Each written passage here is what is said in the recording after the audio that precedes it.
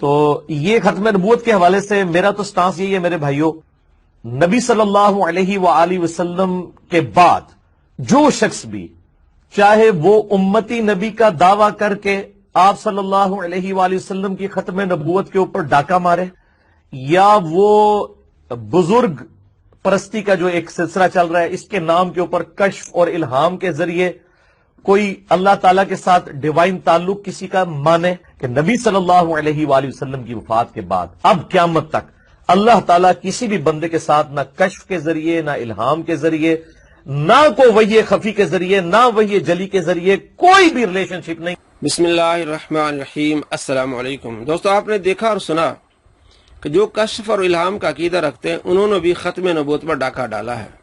آج میں آپ کو دکھانے والا ہوں شاہ ولی اللہ رحمۃ اللہ علیہ کی کتاب حجت اللہ البالغہ سے۔ شاہ ولی اللہ رحمۃ اللہ علیہ بھی کشف اور الہام کا عقیدہ رکھتے ہیں اور کہتے ہیں کہ مجھے الہام ہوتا تھا۔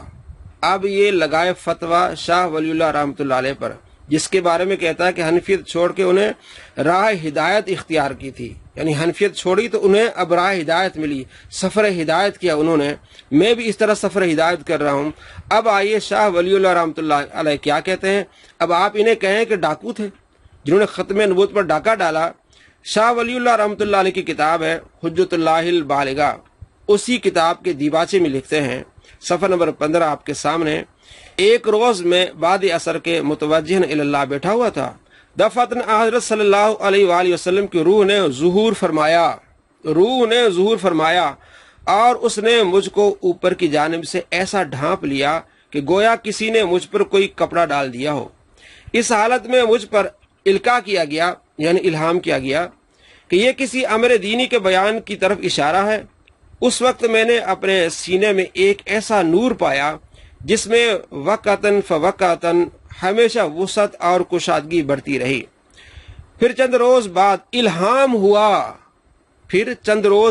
الہام ہوا کہ اس صاف اور روشن امر کے لیے میرا آمادہ ہونا تقدیر الہی میں قرار پا چکا ہے۔ مقصد یہ کہ میں ایک نئی کتاب لکھوں۔ حجت اللہ البالغہ کے بارے میں لکھ رہے ہیں کہ اس کتاب کو میں نے کیوں لکھا، مجھے الہام ہوا کہ میں یہ کتاب لکھوں۔ اچھا، اور مجھ کو یہی معلوم ہوا کہ اپنے پروردگار کے انوار سے تمام زمین منور ہو گئی۔ غروب کے وقت روشنی نے اپنا عکس زمین پر ڈالا ہے اور شریعت مصطفی اس زمانے میں بدی وجہ کہ دلائل کے وسیع و مکمل لباس میں ظہور فرما ہونے کو ہے، سراپا نور ہو گئی۔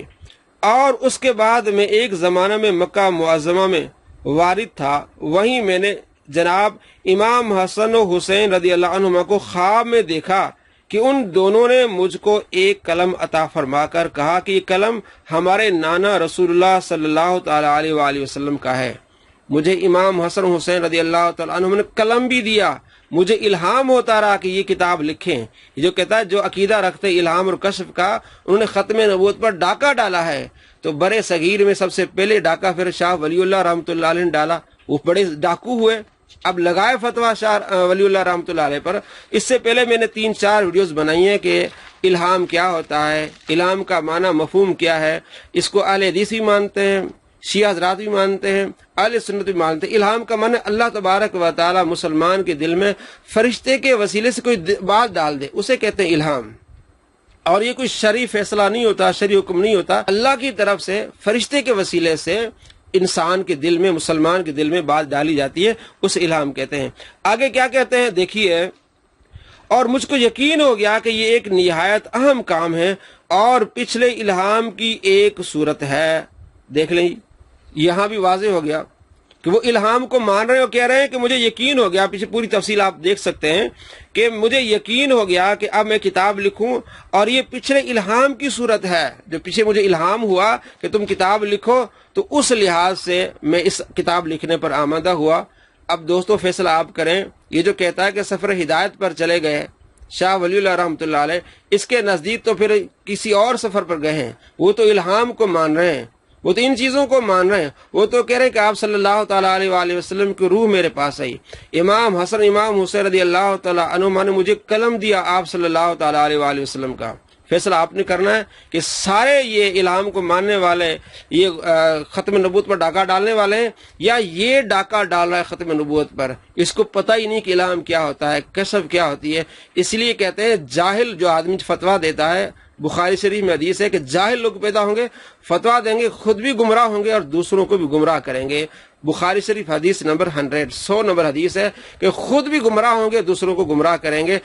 لوگ بٹھائے ہوتے ہیں سامنے اور خود بھی گمراہی کی طرف جا رہے ہوتے ہیں اور دوسروں کو بھی گمراہی کی دعوت دے رہے ہوتے ہیں۔ الامان والحفیظ۔ السلام علیکم ورحمۃ اللہ وبرکاتہ۔ فیصلہ آپ نے کرنا ہے۔